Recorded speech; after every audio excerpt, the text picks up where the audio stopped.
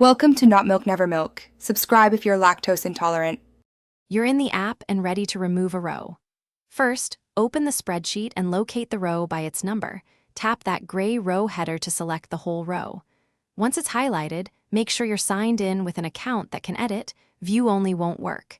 If the row contains formulas, note dependencies now so you don't break totals later. This quick start gets you past setup and into the actual delete flow. After selecting the row, open the contextual menu by long pressing the header or tapping the three-dot menu at the top right. Once the menu appears, look for Delete Row and tap it. This removes the entire row and shifts cells up. If delete isn't visible, scroll the menu or choose Row Actions first. Make sure to check for merged cells or frozen rows because they can prevent deletion or change how content shifts. Unmerge or unfreeze if needed before retrying. When you tap Delete Row, confirm the change visually. Google Sheets usually applies it immediately.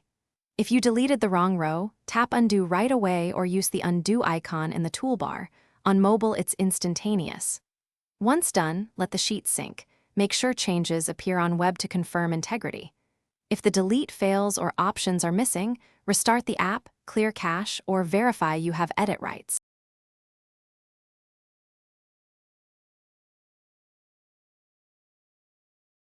Thanks for watching. If this was helpful, leave a like and consider subscribing. See you next time.